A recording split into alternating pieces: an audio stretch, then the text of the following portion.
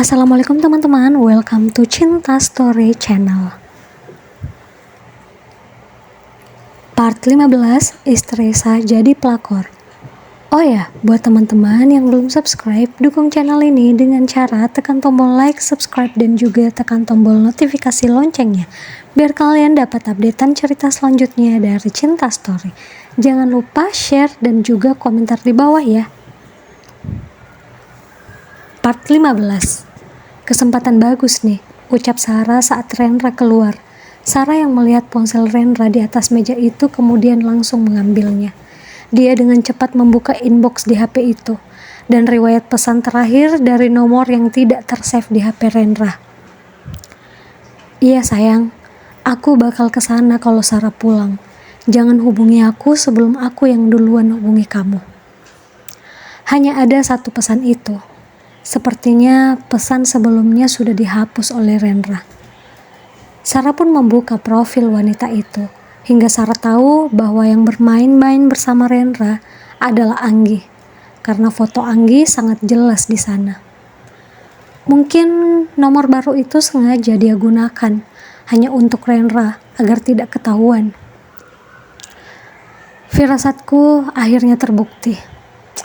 Anggi, siap-siaplah, ucap Sarah merencanakan sesuatu. Kemudian menyimpan kembali HP itu di tempat semula sebelum Rendra datang. Beberapa saat kemudian, Rendra kembali. Awalnya dia khawatir karena meninggalkan ponselnya. Tapi setelah melihat ponsel itu masih di tempat yang sama, dia merasa lega. Udah selesai sayang urusannya? Tanya Sarah yang berpura-pura membaca majalah saat Rendra datang, agar Rendra tidak tahu kalau Sarah membuka HP-nya. Iya sayang, lumayan agak repot tadi. Oh ya, kita makan siang yuk. Udah jam istirahat ini. Ajak Rendra merapikan mejanya, kemudian duduk di dekat Sarah. Enggak sayang, kamu makan siang sendiri aja ya. Aku kayaknya mau ke rumah Nara. Setelah itu aku langsung pulang aja. Soalnya aku mulai bosan di sini, nggak ngapa-ngapain. Oh gitu. Ya udah, aku antar kamu pulang ya. Nggak usah. Aku udah kasih tahu Nara buat jemput aku, biar kamu nggak repot bolak-balik. Aku nggak apa-apa kok. Aku sama Nara aja. Dia pasti udah dekat. Beberapa saat kemudian, Sarah keluar dari kantor itu dengan alasan Nara sudah ada di sana. Nara memang sudah menunggu di sana, tapi Sarah sudah merencanakan untuk mengikuti Rendra siang ini. Nara memarkir mobilnya agak jauh dari kantor itu. Dia sengaja karena Sarah yang memintanya. Ada apa sih, Sar? Kok tiba-tiba kamu nyuruh aku datang?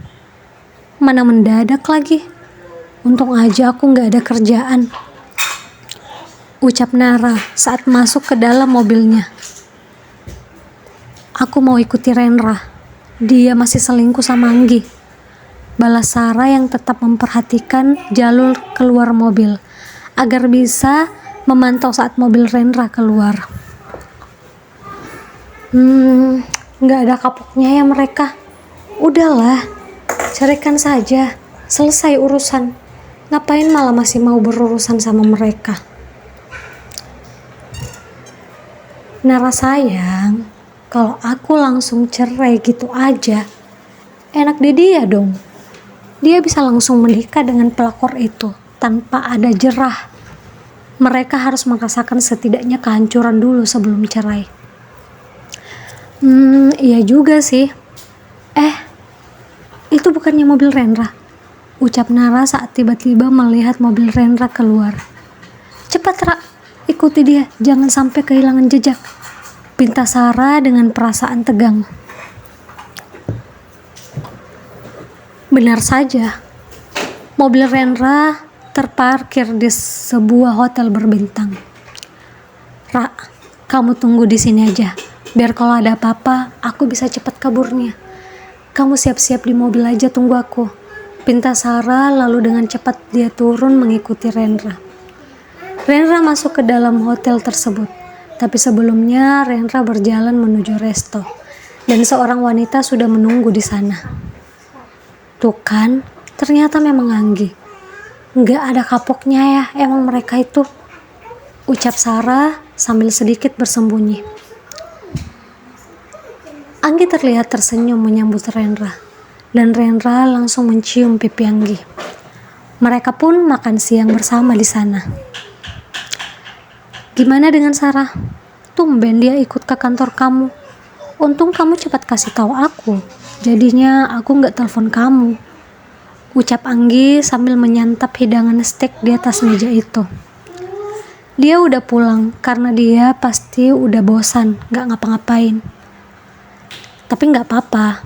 Aku jadi bisa ketemu kamu kan, sayang. Balas Rendra.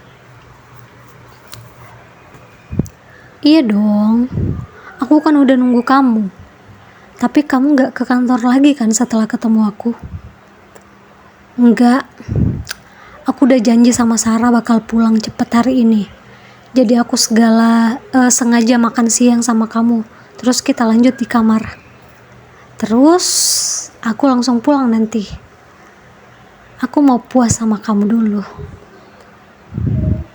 Kenapa sih?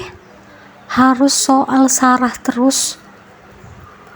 Kamu selalu janji pulang tepat waktu sama Sarah. Kalau sama aku malah diundur-undur. Protes Anggi dengan wajah cemberutnya. Ngertilah sayang, Sarah kan istri aku. Bukan lebih pilih siapa, tapi buktinya juga aku langsung kesini kan waktu Sarah pulang. Berarti kamu juga prioritas aku. Sudah ya, jangan dipermasalahkan lagi. Kamu habisin makannya ya, terus kita ke kamar. Hari ini aku punya cukup waktu banyak buat kamu. Aku mau bersenang-senang sama kamu. Jadi, kamu jangan merusak kebahagiaan kita hari ini dengan perasaan cemburu kamu itu ya sayang. Ucap Rendra sambil memegang tangan Anggi di atas meja itu. Anggi hanya diam, lalu mengangguk perlahan kemudian tersenyum. Setelah makan siang, mereka pun menuju sebuah kamar yang sudah dipesan sebelumnya. Sarah tak tinggal diam dan langsung mengikutinya. Saat mereka masuk ke dalam kamar tersebut, mereka hanya mendorong pintu itu. Namun Sarah langsung menahannya agar pintu tersebut tidak terkunci dan dia masih tetap bisa melihat mereka. Aku udah kangen sayang. Sehari gak ketemu kamu rasanya gak tahan. Ucap Rendra memeluk wanita pelakor itu dengan mesra. Dan Anggi sangat menikmati setiap sentuhan pria itu. Menjijikkan kalian, ucap Sarah pelan hingga mereka tetap tidak sadar bahwa Sarah ada di balik pintu. Aku harus merekam mereka sebagai bukti. Aku akan kasih bukti ini ke Rafa agar dia tahu kelakuan mereka. Dan bukti ini juga yang akan menghancurkan mereka. Pikir Sarah yang langsung mengambil handphonenya. Dia pun mulai merekam setiap adegan Rendra dan Anggi di dalam sana. Pintu itu hanya sengaja dibuka sedikit saja. Cukup untuk tangan Sarah merekam mereka.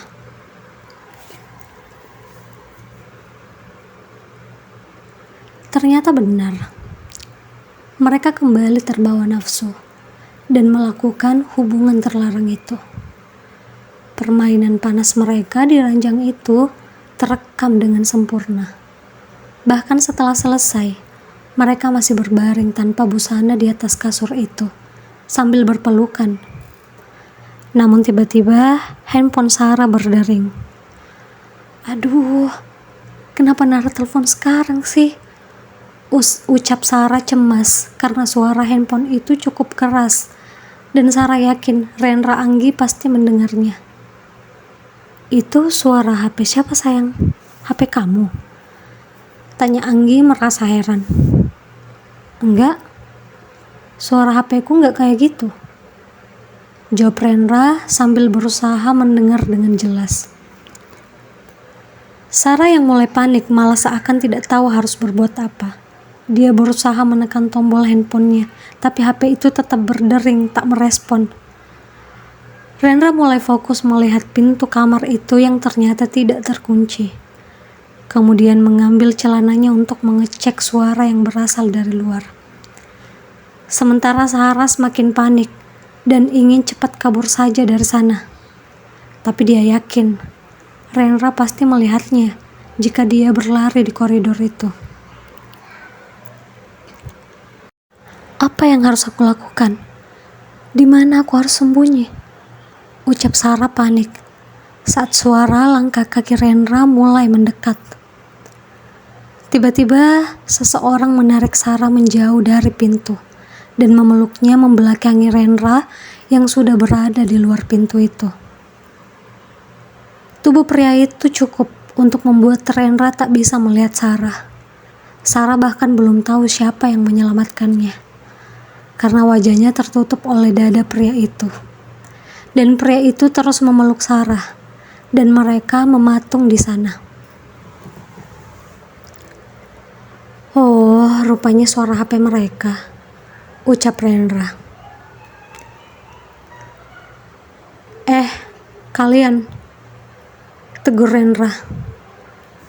Mendengar panggilan Rendra, Sarah dan pria yang tak lain adalah Rafa itu menjadi terkejut.